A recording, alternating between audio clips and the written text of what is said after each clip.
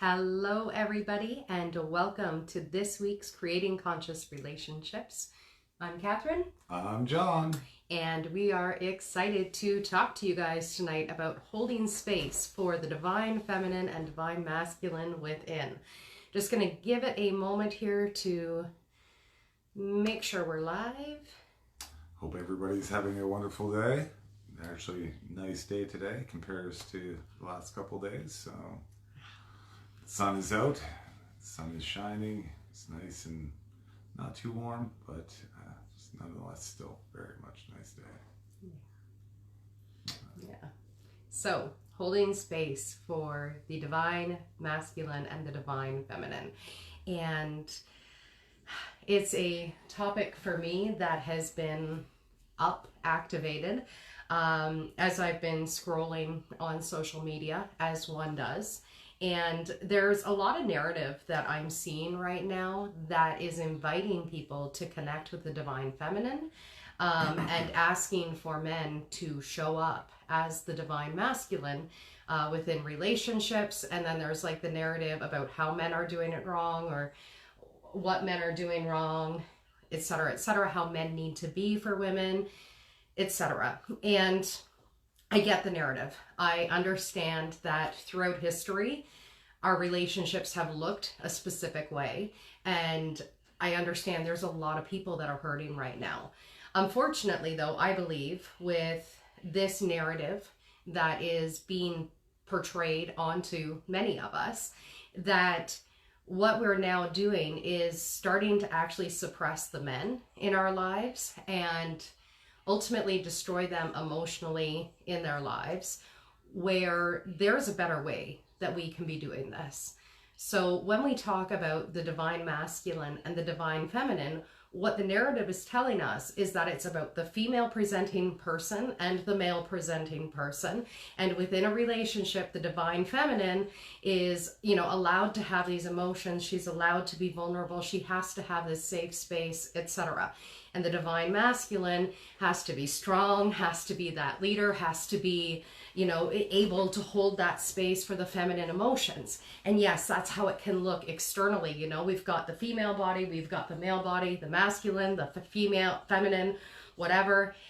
It can work like that. However, the invitation that I bring to you guys today is to recognize that each of us has divine masculine and divine feminine energies within us. So it's not about making him hold the space for me. It's about me allowing the divine masculine within me to hold space for whatever my feminine is bringing up. And this is something I've been unraveling for probably a year now, maybe a little bit longer, because I had thought initially it was him that had to hold this space for me.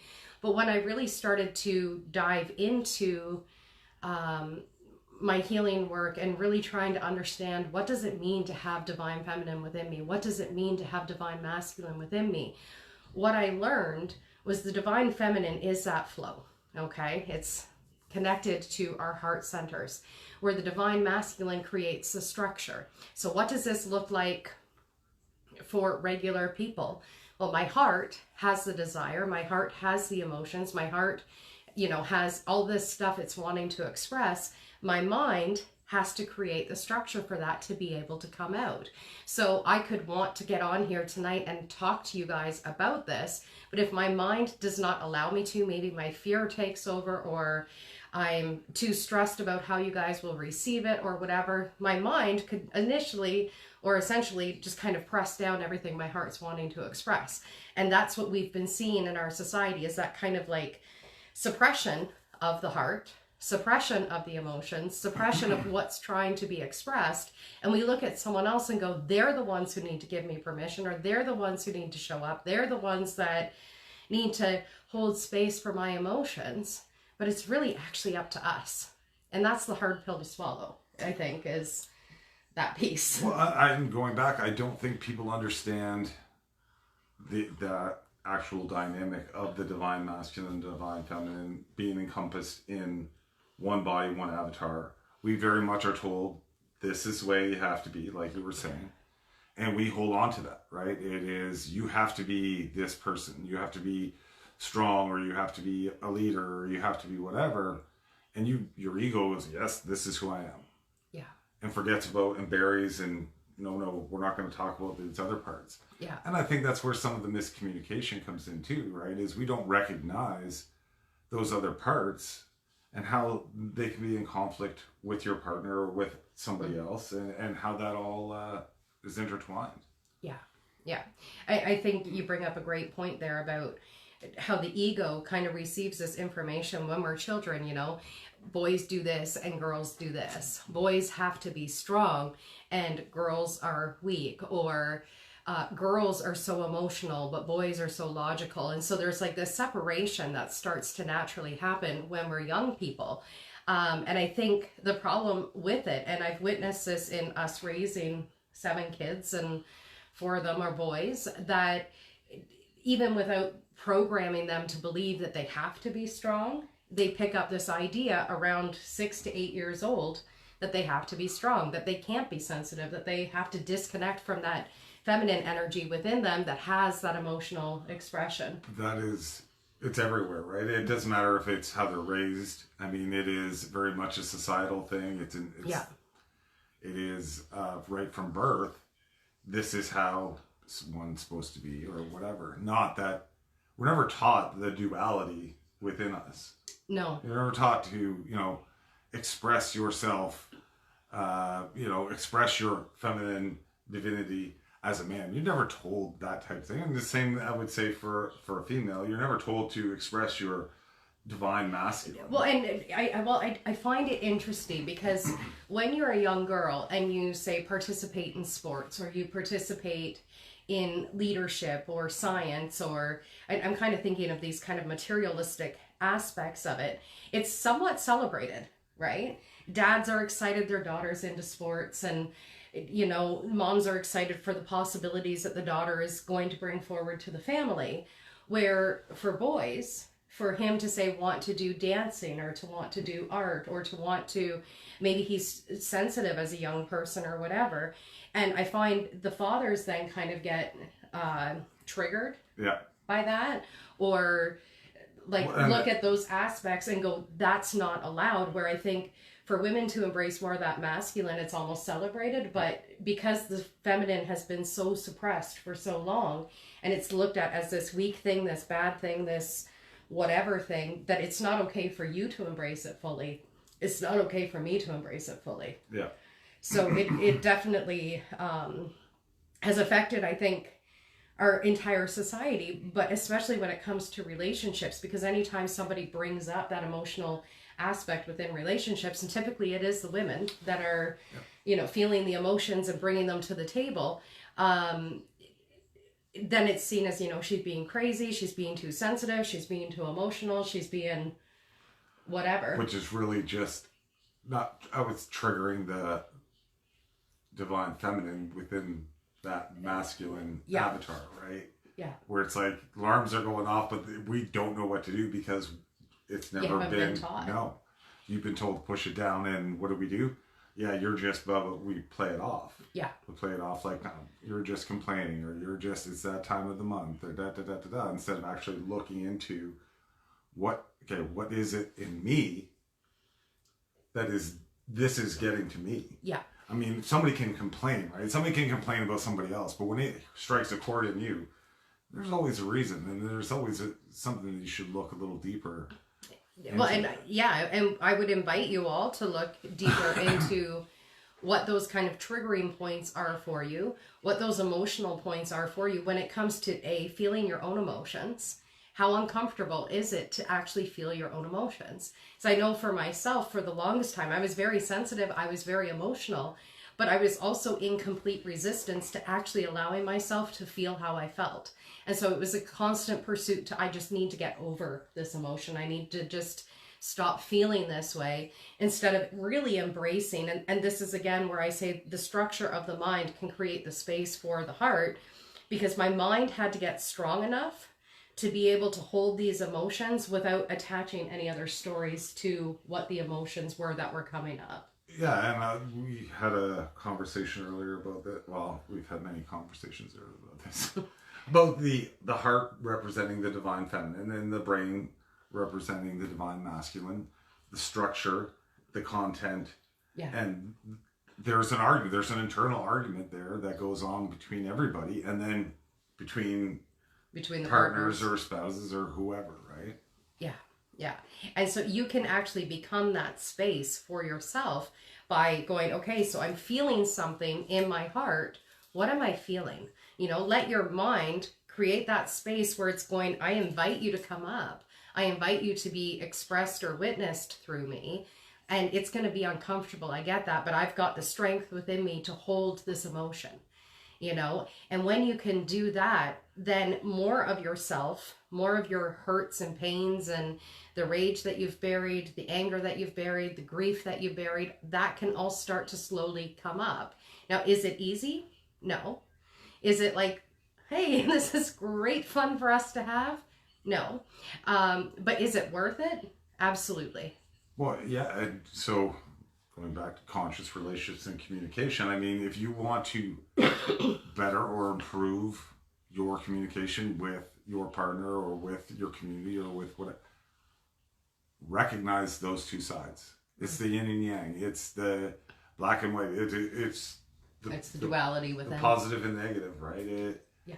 And if you know one and you don't know the other, it really makes it hard for you to communicate or to understand where that person's coming from or what that other side looks like. Yeah. But no, we do have both. Yeah. That divine masculine, divine feminine. We both need to understand it better. Yeah.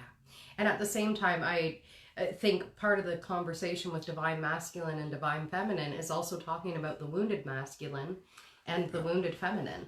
Because if your mind is very much, you know, a negative mindset mind, or everybody's against me mind, or I'm always alone kind of mind, whenever those emotions come up, the mind might just take over and go, it's because everybody hates us, it's because everyone abandons us, it's because everybody, you know, can't be there for us or whatever. So we don't want that to lead that emotional response, because then all it's doing is just feeding that emotional response, right? So we want the mind to be clear enough to be able to go, okay, I get that you're feeling sad right now. Bring it up. Let's be with it. And then allow yourself to start to digest through it without attaching more story to it.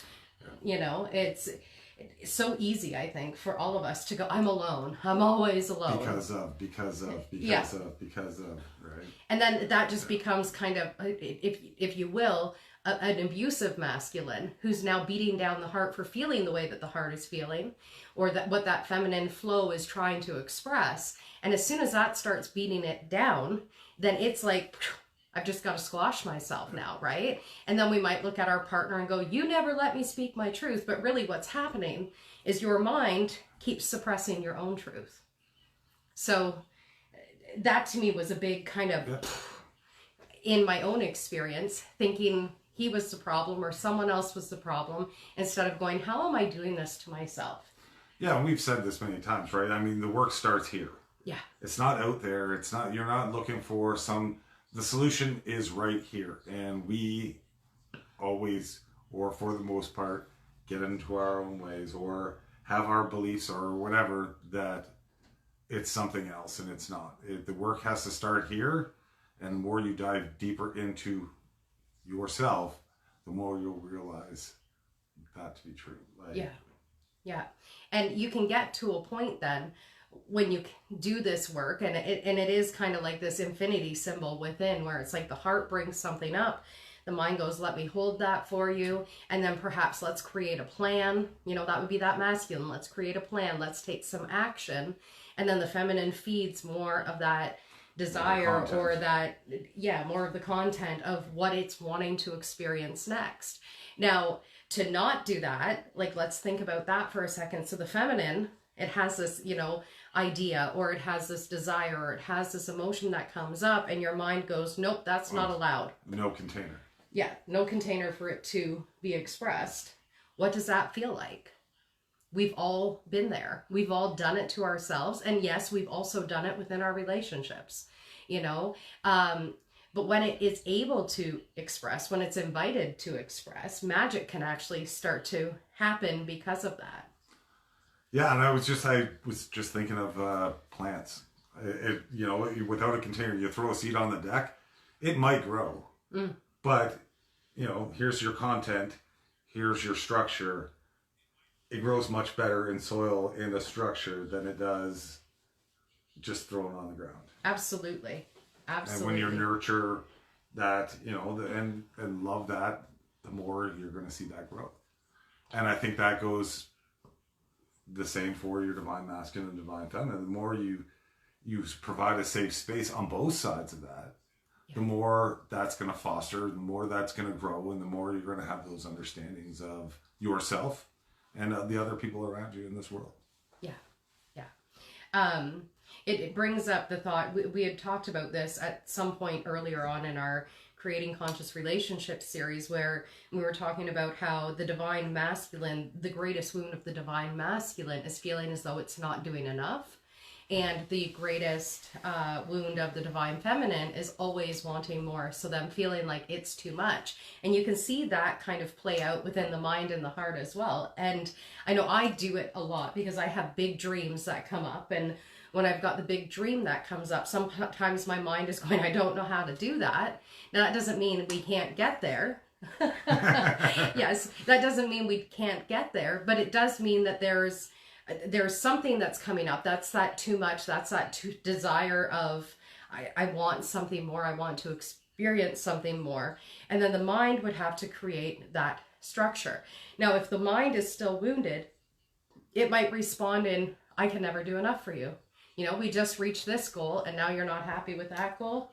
Now you need something else. And I know I am someone who constantly needs like that next kind of destination. So if I get here, what is the next place? And before I even get to this place, I want to make sure I've got the next place to get to. Which is fine when you have that understanding, right? Like when knowing that, so if I say I'm the structure as I'm taking this divine masculine piece as dominant, you have the idea, and we've seen this and we've had this happen on both sides, where you have these ideas, I don't know, and I'll have okay, let's do this, and this is how we're going to this, and things happen. Yeah.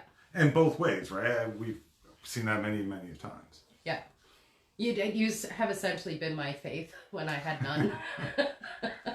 He's very much about just trusting and trusting and trusting, and I've been very much about these are all the reasons that I should not trust in this big thing happening for me. So it's beneficial when you can have those conversations and really bring that forward and to understand, not that I can depend on you for trust because I'm growing in what that is for myself, but like when we were trying to have Odin and with the Camino experience, there was a lot of trust that I just could not find, but you were that trust. And that's another part of, you know, when you're in relationship with people, whether you're female presenting or male presenting or whatever, is when you see a partner lacking in something, in my case, this trust and this faith and things working out, if you can be that, I don't even know, did you trust the entire time that it was going to happen?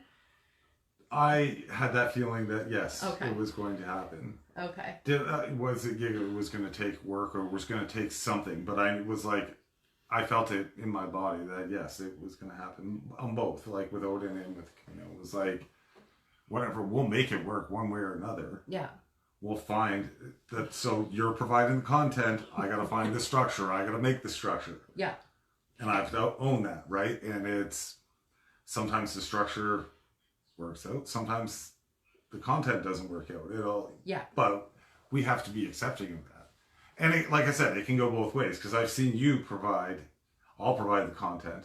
I have this idea. Yeah. And you provide the structure. Okay, this is how we're going to go about doing it. Yeah. This being a good example of that. Yes. Yes. But and so it is an inside journey, right, of this divine masculine and divine feminine, but then you can also see how does this play out in our relationships. And there's times where I need to be in my masculine, where I need to lead, where I need to be the one that's taking action.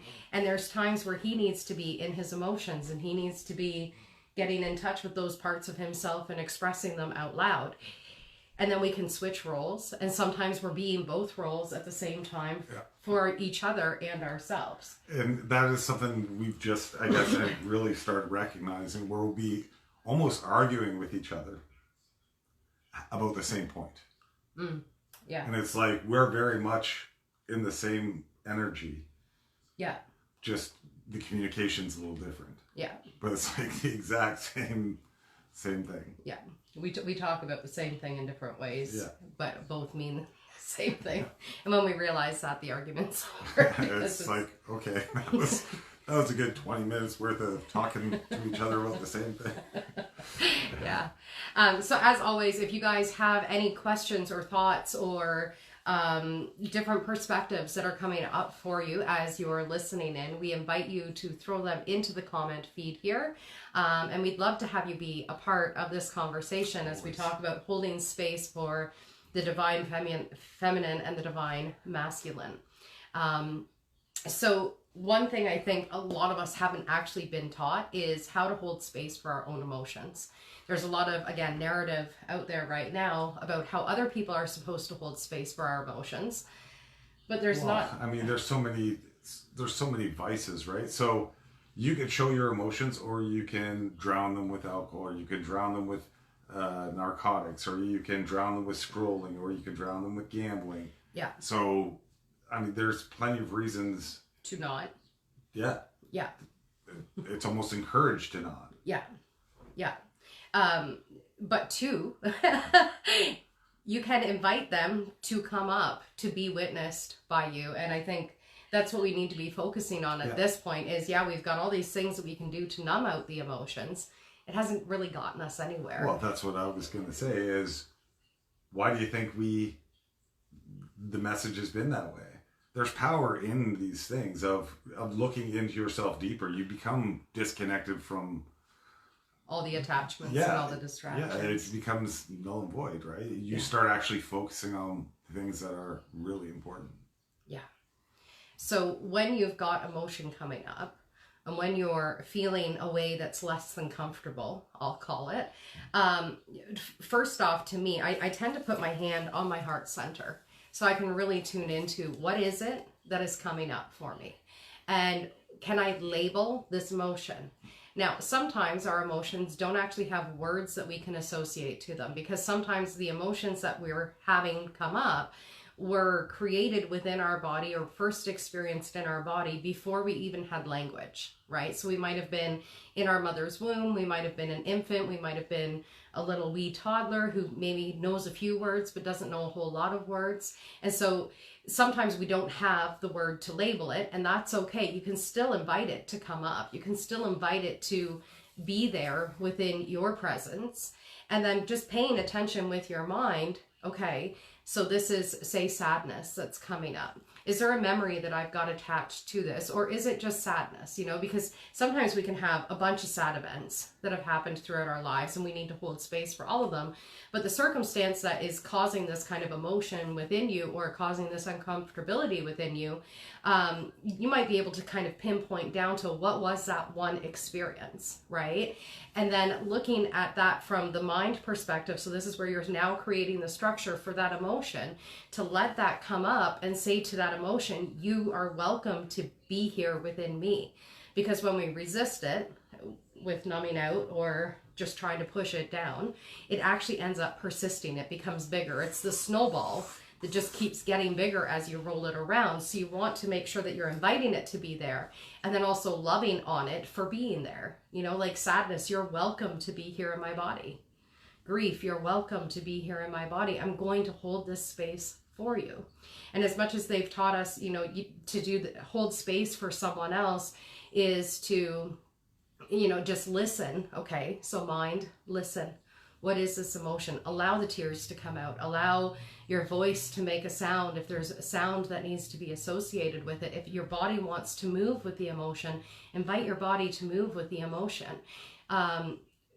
When you can give yourself that space, the emotion actually starts to dissipate or dissolve. They actually say it's if you allow yourself to feel an emotion fully, it only takes 90 seconds from the beginning of that emotion to the end of that emotion to leave your body, if you invite it to be in there fully. But if you resist it, it can last for years. It's just going to continue to prolong, and it's going to grow, and then you'll start to notice that things get added to it, like you said, like the snowball, right? So then, some little event that, maybe didn't bug you before, all of a sudden is going to become a big problem. Yeah. It's going to become a major irritant. And I mean, I think you see that with some people, be it friends or partners or whatever, in a long-term relationship and not dealing with things. And then every little thing becomes this nitpicky little, well, you did this, and just going back, had we had taught these things in school, or we had learned these from infancy about having these pieces, the divine masculine and feminine, within ourselves, and understanding that, I think those things would change the outcome long term. Yeah. But we don't even know ourselves. Then we take on these positionalities and all of these other things that have come up in our lives, don't deal with them, stuff them down. So the snowball is already big. Now it's going to grow even more because we haven't dealt with the fact that these issues are coming from two different places. It just, Yeah. And then it becomes this kind of blame game and this big argument and whatever. But if you can just go, okay, so it's all within me. Yeah. Instead of blaming the other person, just look within yourself. Yeah, right? Look within yourself. When you're looking within yourself, because I think this is something else that gets confused with shadow work, you're not necessarily going to find the exact same quality or the exact same character of the person who's triggering you within you. But what you might find is maybe, I'm just trying to think of an example here. Maybe you were taught when you were a young person that it wasn't okay to be selfish. If mom caught you being selfish and maybe you weren't sharing your toys or something, you were sent to your room, you were put away, you were, not allowed to play with your friends or anything anymore. So now in your mind you go, selfishness is bad.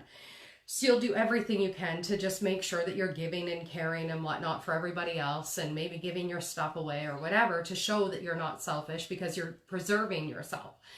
Now, what can happen in a relationship is if, say, it was me who thought it's not okay to be selfish, but he was taught to, hey, be self-preserving and take care of yourself and take care of your needs because nobody else is going to. He might be acting through our relationship as, I need to take care of my own needs. I need to self-preserve and whatnot. Now, this might trigger something in me.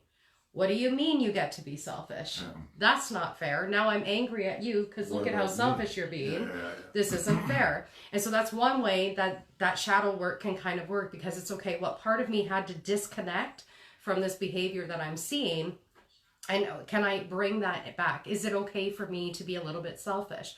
Is it okay for me to take time for myself? Is it okay for me to, buy myself something new or whatever it might be? On the other aspect of that, there's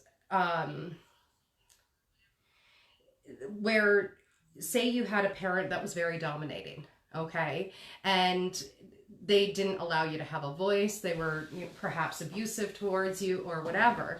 And now anytime that your partner gets angry and they raise their voice a little bit, you might go back into that terror that you felt as a young person, having someone being dominant over you.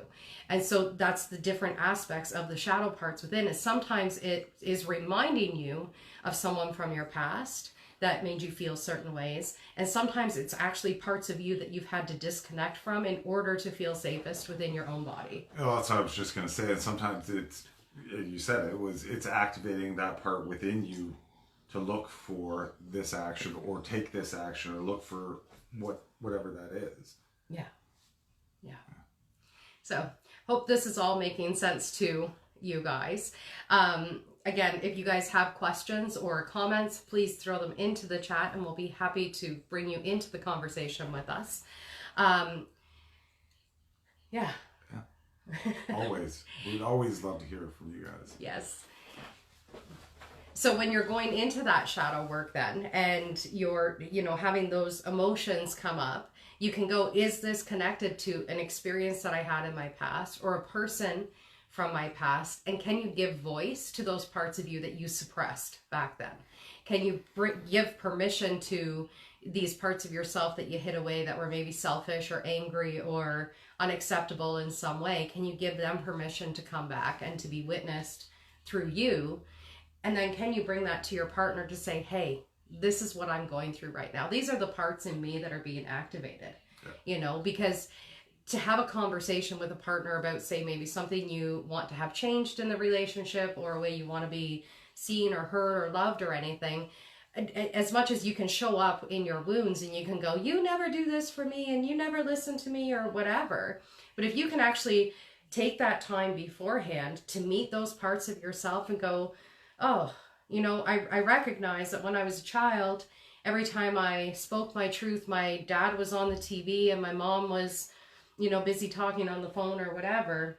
And it just made me feel really uncared for. So now when we have conversation, I want you to be off your cell phone. I want you to look me in the eye while we're conversing so I know you're paying attention. There's a much bigger difference between those two things. Now, he could do with that whatever he wants to, but at least now I recognize where is this pattern coming from, and I can take ownership for my part, right? It's I felt uncared for. Yeah. And so I can say to you, I need you to look at me while we're speaking or whatever, but I'm going to also pay attention to this part of me that felt uncared for, right? Yeah, and I think that's another good point. It is really, it go. I want to reiterate this 100 times. It's going back to that self-work. Yeah. It is like, before you bring these things out, and I think the more and more about this call is the message is to really dig deep in your own self, learn and understand your masculine and feminine dynamic, when it's showing up, and then identify those things, and then identify them in your past and what triggered you, or what, where they came from. And not necessarily where they came from, but like where, if you're running up against some edges, what was it that caused this, and what can you identify that energy at the same time? Yeah. Was I in the wounded masculine or the wounded feminine at the point in time when this happened? Yeah, you can't 100% go back and remember exactly how you were feeling, but it'll probably strike a chord. Oh yeah, you know what? I was at this age and I was feeling X, Y, Z. Yeah. So it'll give you a good idea, and then you can start using that as somewhat going forward. Absolutely. And identifying those things, right? Well, and I think it helps too to understand, okay, so both mom and dad both had wounded masculine and feminine energies within them, and they had access to divine feminine and masculine energies within them, but did they actually embrace that as they were raising you as a child? And unfortunately, because of what society has been, say, over the last 100 years, I can look at my grandparents' generation and know what the stories were and the experiences were that they had, but everything was really swept under the rug, right? Like, we don't talk about that. Everything is like a secret and it's not shared and whatnot. And then our parents' generation, I think the dysfunction within relationships and within the homes was a little bit more louder. People were starting to get divorces. People were starting to, like, speak women were their mind and live in their oneness, right? Yeah. In their self. Yeah. Yeah. And then in our generation, we've actually started talking about traumas now. We're starting to talk about mental health. We're starting to talk about, the divine feminine, divine masculine awakening. And when you look at the younger people's generation, they're calling out shit. They're standing up against things. They're fully embracing and holding on to who they are. But when you're looking at those past generations, to understand that, we can't blame mom for not being in her divine feminine or being able to lead us in the divine feminine when it wasn't even safe for her to be a woman alone in the world. Right? And it's the same with the masculine. When we look at our fathers and we go, he wasn't there, or he was always angry, or he was always suppressing his emotions with alcohol or whatever it might be, what other choice did he have? Yeah. Like, there's Men weren't, until I'd say probably the last 10 to 15 years, it wasn't even celebrated or accepted that men had emotions. No. You know, and even now it's still like, no, you don't have space for your emotions. I'm now an angry woman and I need all my emotions to be witnessed. And I was just sitting here thinking, you know, if we were to have this conversation with some of the kids, it's like we're talking about the divine masculine, divine feminine within. Like we just found this thing. And I guarantee if we had mentioned this to the kids, they'd be like, of course. Where a generation before us would be, you know, no, you're this, there's that, there's no mixing of this. Yeah. That's not how it goes. Yeah. And if you go back further in that and a generation farther back, it wouldn't be, you know, wouldn't even be something that would, you know, you would be even conversing about. Yeah. I'd be in the kitchen and you'd be on the couch having your cigar. Yeah. You'd be in a home or you'd be shipped off somewhere because you were talking, you know, crazy talk or whatever. But yeah. And I mean, this day and age, there's a lot of conversation about this being the awakening of the divine feminine. And I think there's been some misconceptions about what does that look like, because people are looking at it as like this kind of equal balance between men and women, or maybe women will be in power. But I don't actually see it as like an external thing outside of us. I see, and the awakening of the divine feminine is the awakening to the heart. It's the awakening to the soul that's wanting to express through you. It's that invitation to yourself to go, I'm going to, you know, feel my emotions. I'm going to express my emotions. I'm going to express my truth. That's what we're awakening right now. That's what, and I feel like there's such a polarity, I guess. Yeah. That's happening within that, because so many of us have been imprisoned to believe I need to be this way or I need to be this thing.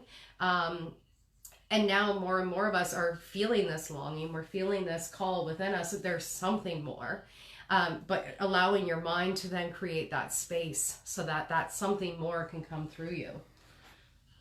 Yeah, and it's funny because the rising, like the masculine has, we talked about this earlier about the patriarchy and how long lasting that has been and how stifled the divine feminine or feminine energy in itself has been over the for as long as we know. Yeah. Right. And why? Like there's a lot of, we can get into that, that's another topic. I think it's a pretty big conversation when you look at that dynamic, but it's something else to think about, right? Like, well, yeah, I mean, how often are we actually participating in the patriarchy that we don't want to participate in, right? Like, and here's the thing is, I mean, again, we can look at like the whole men versus women thing that society has pressed on us for so long, but really we've all just been indoctrinated to believe these same things about how women are, how men are, and what the feminine means and what the masculine means, instead of just going, okay, so I have both. Yeah. And knowing that I have both, I want to love both these parts of me. I want to take care of both of these parts of me, and I want both of these parts of me to actually lead my life instead of all the woundedness to lead my life. I was just going to say, one or the other is going to be dominant at some point in time. Yeah. And it can go back and forth. Yeah. You know, for years it could be this way and for years it could be that way. Or yeah, it can be every day that you're making choices and decisions and you have feelings every day. So, you know, you can have that internal battle. Or you can have that eternal dance or internal peace, dance. Right? Yeah, it's that understanding. And I guarantee you start going down that road and having these thoughts and digging deeper into it, it does bring clarity to a lot of different situations where, wow, I never thought about it this way, because you were taught not to think that way. Yeah. So. And one thing that I always found interesting within our relationship with each other, like I'm a crier. I'm not. I cry at commercials. I cry during movies. I cry because I'm happy. I cry because I'm sad. I cry because I'm overjoyed. I cry. But what I've witnessed with him is almost like an inability to cry. With him. Like you. Oh, me. Yeah. Yes, yeah, very much so. There was times well, even now, I would say more. Once you start getting a little older in life and you start doing some of the work and whatnot, you do get more in touch with your emotions. Yeah. And I know that I've cried more in the last 2 or 3 years. Absolutely. But it was always taught, don't show weakness and and you weren't allowed to be this way or whatever. So yeah. And that's why I wanted to bring it up, because it was like it was so ingrained in your mind that you couldn't show these emotions. And I believe you had said to me at one point that it actually felt painful to actually cry, which to me, when I first started doing compassion key work and stuff, every time I cried, I would just feel so exhausted and just completely like my body was tormented. But the more I gave myself that permission to let the tears flow, the easier the crying became, where now it's like, oh, okay, I cried. It's as simple as I laughed. I don't feel the effects of that afterwards. yeah. So do you find it easier in your body now to feel those emotions than what you did at the beginning? Yeah, Awesome. absolutely. Yeah. I was going to say was, I don't want people to think that, this isn't a finger pointing exercise. I'm not blaming, my upbringing or society. These are just positionalities. This is work that we do. I do. I took it this way, and this is the way my ego in life decided was going to be, right? We're going to hold on to, you have to be this, you have to be that. Yeah. At any point in time, I could have done this work and went, no, this is all bullshit. But I didn't. Until, so. Well, and that's just it, right? You don't do the work until you do the work. And then when you do the work, you go, why didn't I do the work sooner? But I mean, I guess it was just not time to start. And I love that you bring up, it isn't a finger pointing exercise. It's not an us versus them. It's not they should have taught us this or they should have done this or whatever. There was a lack of awareness for one, but lack of awareness for us too. Yeah, that's right? What I was like. It's like it's on us and the way we've received the world, which is why it becomes an inside job to undo the ways that we've received the world, the ways that we've perceived ourselves to be, and even the ways that we've perceived other people to be. Yeah. And what was the meaning behind it. So if you know where you're coming from and how you're showing up, and if you're conversing with somebody that doesn't know who they are or how they're showing up, there's a big contrast there. Absolutely. I mean, you can have more compassion from somebody that's doing the work to understand where that person's coming from, but that person on the other side of that fence is going to be probably a little irritated, or they're not meeting you in the same place, so yeah, they may get frustrated easier or faster or whatever, and that's okay. But at least you know where you are and stay there. Continue to do that work. Yeah. So one other thing that I know I had wanted to bring up, and now that you've said that, I'm going to bring it up.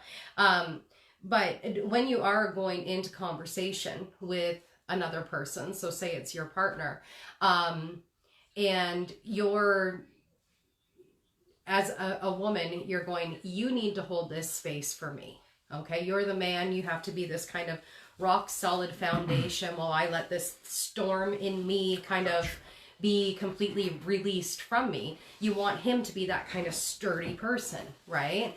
If he hasn't done the work, there's a good chance you're not going to get a sturdy person who's going to be able to stand in strength, to be able to hold whatever emotional stuff you've got coming out of you. Even though that's the narrative that's being taught on social media right now, is that they need to be the strength.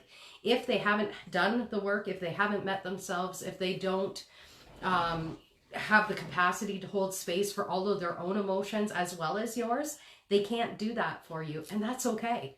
It's the same with, for you you being masculine right now, but when you get in touch with your feminine, you might want to, bring all those emotions over to your wife and go, okay, you deal with these emotions now because you're the emotional one. You can understand this and help me to understand this. And that's where I go, no, there's a split here, because he needs to hold that space for his emotions that are coming up. I need to hold that space for my emotions that are coming up. Together, we can converse back and forth to go, this part of me is being activated, or this part of me is being activated, and we can perhaps go through it together, but not until we've actually held that space for ourselves first. Yeah. And that's that ownership piece. It was funny because you're sitting here doing this, talking, whatever. I was thinking of the Three Little Pigs. Okay. Okay, so if you don't put in the work, right? The first little pig made his house out of straw or whatever. He put enough work in. But it collapsed. But it still collapsed. Yep. And then you go with the wood or whatever the case may be. But I think there's a whole analogy in there. Like, you want to build that structure, and the first idea, okay, the hay will hold for so long, but eventually it's going to start to deteriorate, or the wolf blew it down, whatever. And the sticks, it's sturdier, but it's that constant reminder that do the work. Yeah. Do the work. Don't just give up on the work. Oh, this is good enough. No, it's not good enough. Just continue to look.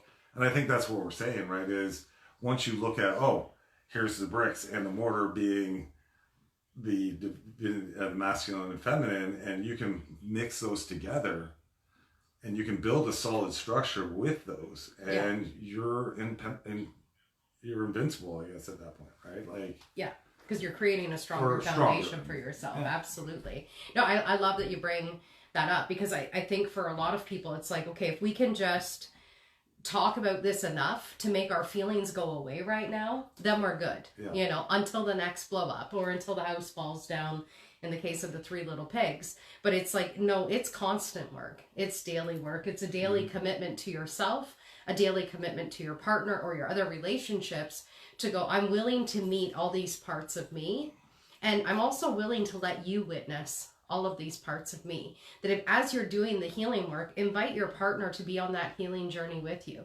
Share what's coming up, what you're having struggles with. And maybe it doesn't have to be every day. Maybe you don't feel comfortable with that, but at least I'd say once a week, to just check in with each other and go, like, where are you at? Yeah. What's coming up for you, or what's most activated within you and whatnot, and allow yourselves to witness that within each other, and to witness the masculine working through it, and the feminine that's feeling all of the ways. And I would even encourage, if you're on a healing journey, or you're digging deeper into things and your partner's not, I would still share those things.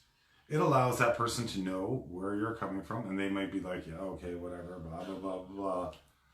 But at least you can say, if we're talking about you and I, you can at least voice that. And you may come back and go, well, I told you about this. And I may go, well, I don't remember that. Yeah. But at least you got the opportunity to tell me where you were at. Yeah. And I shouldn't be surprised if, this has come up, whatever, this week, or whatever the case may be. But I would still encourage people to communicate with your partner where you're at and how that's going. Just, sometimes that can transcend as well when they hear these great things. Oh, I had this conversation today with myself. And I realized sometimes that can spawn that transcendence of, oh, well, I've got that little piece in me too. Yeah. Well, and then there might be some interest there, right? As to like, oh, how are you dealing with that? Or when somebody sees there's progression in somebody's life, and these are the little things I'm doing, it's just getting to know myself better. Yeah. Then that will motivate them, or may motivate them to start looking deeper within themselves. Yeah. And one thing I would share on that too, because I know near the beginning of our relationship, and I'd say probably even the first 10-ish years of our relationship, there was so much shame inside of me about the things that I was healing. Even though you knew what the painful experiences were, it was like, to share that kind of vulnerability, to share that weakness, to share those parts of me that I really couldn't accept at that point in time, it would be very hard for me to bring that up into the relationship, to say, yeah, this is what I'm dealing with. And I think throughout time, because when I was bringing up those kind of smaller vulnerability pieces with you, like really just holding space for me and loving me where I didn't think I was lovable, it gave me more permission to bring up, even more of myself to be witnessed by him, but really it's witnessed by me first and then witnessed by him. And I recognize that a lot of people might not necessarily feel safe enough to do that with a partner. You know, we don't show up to the first date and go, this is my baggage. These are my traumas. This is the way I truly feel about myself. This is all the hurt that I'm carrying. We go, I'm a pretty normalized person and I can function well in society. These are all of my best traits. Yeah. You know? Yeah. But even now when we have conversations about past experiences and stuff, there's still pieces there, but after doing not as much work as you've done, but after doing some of this work, it's like I have a different understanding or a different, you know, feeling or a different experience from the original conversation. Yeah. You know, before it was just, okay, this happened. Okay. Yeah. Now it's like, okay, this happened. Okay, well, let's look into this. Yeah, because there has to be that curiosity there. And I think sometimes when we're in relationships with people, especially when you're at the state where we were at in the past, where you're like, okay, cool, that happened. You experienced that and you're healing. Awesome, whatever. Like it doesn't feel like that big of a deal, but having that curiosity. It wasn't that dismissive, all right? No, it wasn't. I'm just doing it for time's sake. My ego just joking. Yeah. I lost my train of thought. Yeah, lost it. Sorry. No, that's okay. Because I was talking about, so for the partner to actually just be curious about it. Maybe you don't understand what the healing work is that your partner is doing. Maybe you don't understand what their life experiences have been. But just having that curiosity to ask more questions, or even check in with them a day or two later. Hey, you said, you know, you were dealing with this childhood experience this week. How are you doing with that? How are you feeling about that? And maybe you're going to check out again, but at least you've given that invitation to the person to share more of who they are. Because that, I think, is really what it comes down to, is we're also used to kind of controlling how much do we allow other people to see of us, right? That's that hidden feminine again. It's that hidden expression of the self. And then we go, here's a little bit more. Can you love that part of me? Okay. And a little bit more and a little bit more. And the more we're able to witness ourselves without judgment, and the more we allow others to witness us without judgment, hopefully, the more expressive we become, the bigger we become in our energy. You become more free with it, because it really holds no power over you now. Yeah. Before it would have been like, oh no, I can't because whatever. But now it's like, no, that is irrelevant. Just I am who I am. Yeah. The one thing I wanted to say, and there's something that I don't know, kind of struck me in the conversation that we're having here. That I just want to remind everybody that no two people's healing journey is the same, or journey for that matter. You know, as close as we are, we'll never be able to see through each other's eyes identically exactly what we're experiencing. And as for healing, I mean, don't ever say to somebody you're doing it wrong. You know, as long as somebody's trying to understand themselves better, or understand their partner, or, you know, if it's, I don't know, going for a run, or going, playing video games even, I guess, and they're just trying to work through their own stuff, take it for that. It may not look like, oh, you're doing the work. You know, just because somebody doesn't have a book open, or because they're not, if they're doing, there's still work that's going on. There's no individual, there's no, you know, right or wrong way. As long as your intention behind that is to love somebody more, or love your community more, or be more of a better person, then I think that, you know, we shouldn't be saying this is right or wrong or indifferent. Just accept that and talk about it. Okay, what does that look like for you? How can I support you? Yeah. Well, and I mean, there is value within, say, some of the things like video games or watching movies or whatever. Sometimes you can actually get a lot of healing by throwing on a movie that maybe you were curious about, but then you hear a message exactly that's going to like hit your heart and go, I needed to hear that. I needed to know that. Or maybe you witnessed something in a video game. I haven't had much experience with that, but I'm not much of a video game person. But perhaps there's something that happens in the video game that sparks a knowing, or the video game kind of, I guess, could potentially kind of turn off the brain a little bit so that other stuff can come up. Is that? Yeah, that's kind of where I was going, because everybody experiences things different and we process things differently, right? Yeah. So, don't ever, sure, have conversations, but it's not wrong.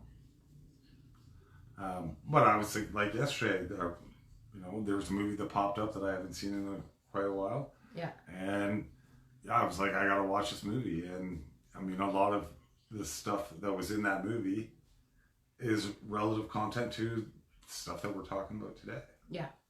And I see it very much differently than what I did when I first seen it. Yeah, it's a funny movie, but there's, I start looking for these breadcrumbs. You start looking for these little things that connect, or you start realizing the things that are connected to your life, similar to what was in the movie. You see examples of things where it's like, oh, yeah.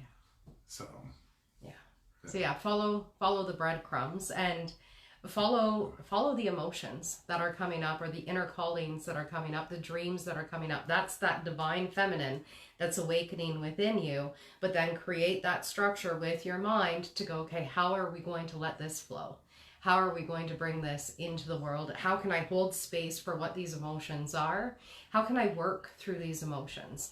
And finding ways to do that. Because the other thing too is, as that feminine comes up, and the masculine's creating that structure, you need to take action on what the heart is calling you to do. So if the heart is saying, hey, paint, and the mind's like, well, we don't know how to paint. Well, no, just go out and buy paint and canvases and whatever, and just start painting. Don't worry about the how. It's create the structure to allow whatever's wanting to express through you to come up through you. Yeah, and I would say on the inverse side of that, and not the more masculine dominant side of that, allow your heart, allow that content to come up. Guys, we're so good at making these structures and having this structure and routine and da. Allow your heart to drive some of that. That's that passion, right? You got to get this done. You want to you make a house, or you make whatever you make, and you have that feeling of, pride. And well, it starts here. So, let some more of those decisions come up, and let some of those other heart messages be your guide as well, not just through pride. Yeah. Alrighty, we're gonna pull our question for today from our big jar of questions. Let's see. We always intend that it's going to go along somewhat with the theme of today, so I've got it here. All right. If you could solve one global problem, what would it be? Ignorance. Yes, that makes sense. Ignorance is a big thing. I think that in itself would potentially solve most of the problems in the world.